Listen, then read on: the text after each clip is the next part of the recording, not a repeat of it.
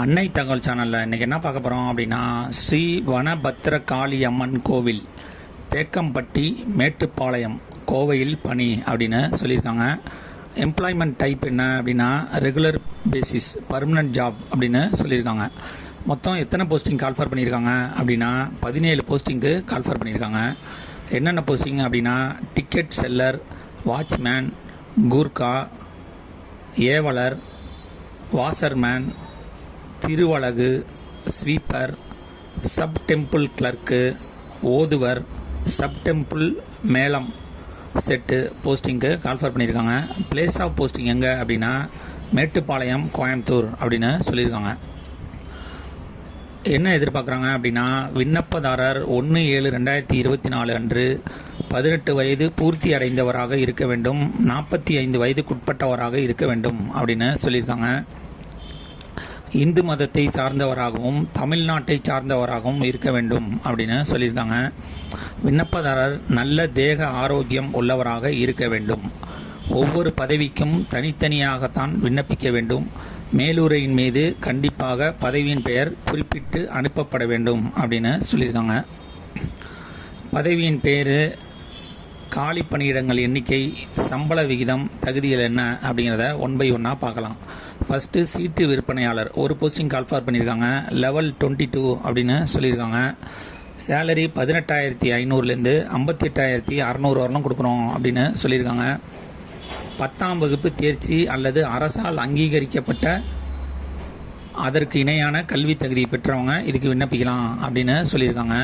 அடுத்தது காவலருக்கு 2 posting. Salary 15,900லேருந்து 50,400 வரணும் தருவோம் அப்படின்னு சொல்லியிருக்காங்க. தமிழில் எழுத படிக்க தெரிந்திருக்க வேண்டும் அப்படின்னு சொல்லியிருக்காங்க. அடுத்தது கூர்கா ஒரு போஸ்டிங்கு, அதே சேலரி, தமிழில் எழுத படிக்க தெரிந்திருக்க வேண்டும். காவலர் ஒரு போஸ்டிங்கு, சேம் குவாலிஃபிகேஷன். சலவை தொழிலாளர் ஒரு போஸ்டிங், சேம் குவாலிஃபிகேஷன். திருவழகு ஒரு போஸ்டிங். பெருக்குபவர் ஒரு போஸ்டிங், பெருக்குபவர் 5 போஸ்டிங் கால்ஃபர் பண்ணியிருக்காங்க. தமிழில் படிக்க மற்றும் எழுத தெரிந்திருக்க வேண்டும். உப கோவில் எழுத்தர் ஒரு போஸ்டிங் போட்டிருக்காங்க. 10ஆம் வகுப்பு தேர்ச்சி அல்லது அரசால் அங்கீகரிக்கப்பட்ட அதற்கு இணையான கல்வி தகுதி பெற்றிருக்க வேண்டும் அப்படின்னு சொல்லியிருக்காங்க. 9 ஓதுவர் ஒரு போஸ்டிங். தமிழில் எழுத படிக்க தெரிந்திருக்க வேண்டும்.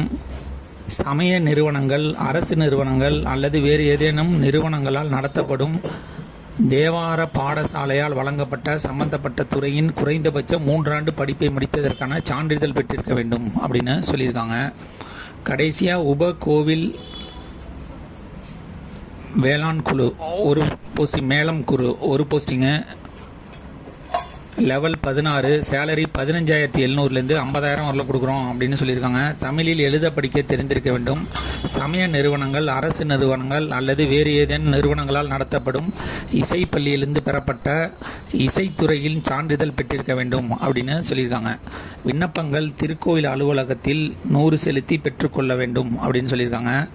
இதர நிபந்தனைகள் மற்றும் இதர விவரங்களை அலுவலக வேலை நாட்களில், அலுவலக நேரங்களில் கேட்டு தெரிந்து கொள்ளலாம் அப்படின்னு போட்டிருக்காங்க.